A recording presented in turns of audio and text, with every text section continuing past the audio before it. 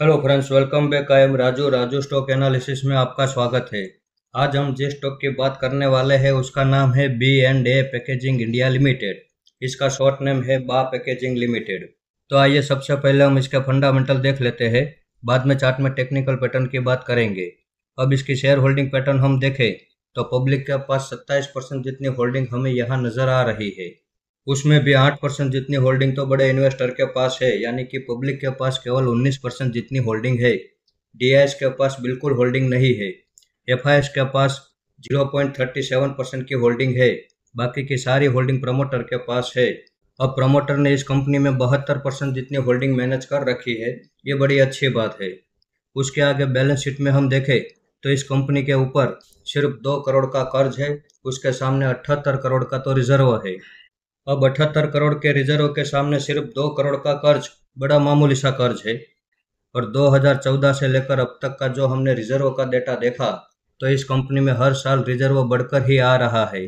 तो इस हिसाब से इनकी बैलेंस शीट बड़ी पावरफुल और दमदार है। उसके आगे प्रॉफिट एंड लॉस सेगमेंट में हम देखें तो ईयर ऑन ईयर कंपलसरी ये कंपनी प्रॉफिट कर रही है।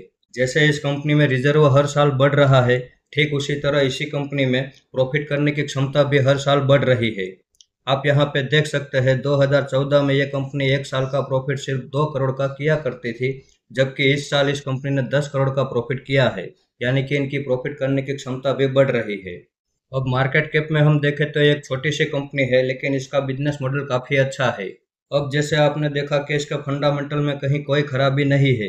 हर तरह से इसके फंडामेंटल काफ़ी अच्छे हैं।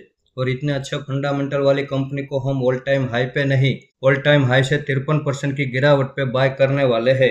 अभी ये 250 के भाव पे ट्रेड कर रहा है और इसका पिछला ऑल टाइम हाई 533 रुपये का है। वहां से गिरावट करते हुए अभी ये 250 के भाव पे ट्रेड कर रहा है। तो आज हम इसमें एक लाइव भाव पे एंट्री करने वाले हैं। इसमें हमारा दूसरा सपोर्ट 150 के भाव पे रहेगा। अगर ये यहाँ से और ज़्यादा बड़ी गिरावट करके 150 के भाव पे आता है तो वहाँ पे हम दूसरी एवरेज करने वाले हैं। इसमें हमारा टारगेट 540 रुपये का रहेगा। 540 रुपये के भाव पे हम 75% होल्डिंग एग्जिट कर देंगे और बाकी बची 25% होल्डिंग लॉन्ग टाइम के लिए छोड़ देंगे। इसका चार्ट आप देख सकते हैं, ये हायर हाई हायर लो की पैटर्न से ऊपर की ओर मूवमेंट कर रहा है। और वैसे भी हमारी ये पॉलिसी रहती है कि हम किसी भी स्टॉक को ऑल टाइम हाई पे बाय नहीं करते हैं। ऑल टाइम हाई से अच्छी खासी गिरावट हो जाए तभी हम उसमें एंट्री लेते हैं।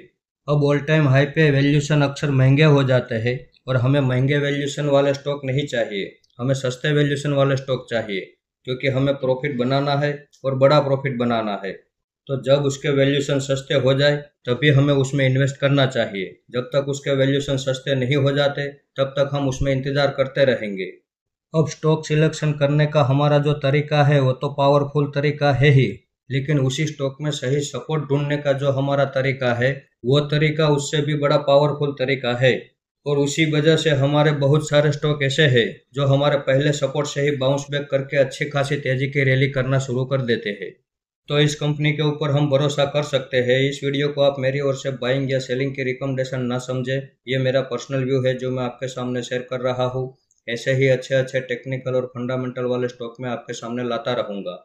आपने यहाँ तक मेरा वीडियो देखा उसके लिए आपका बहुत बहुत धन्यवाद।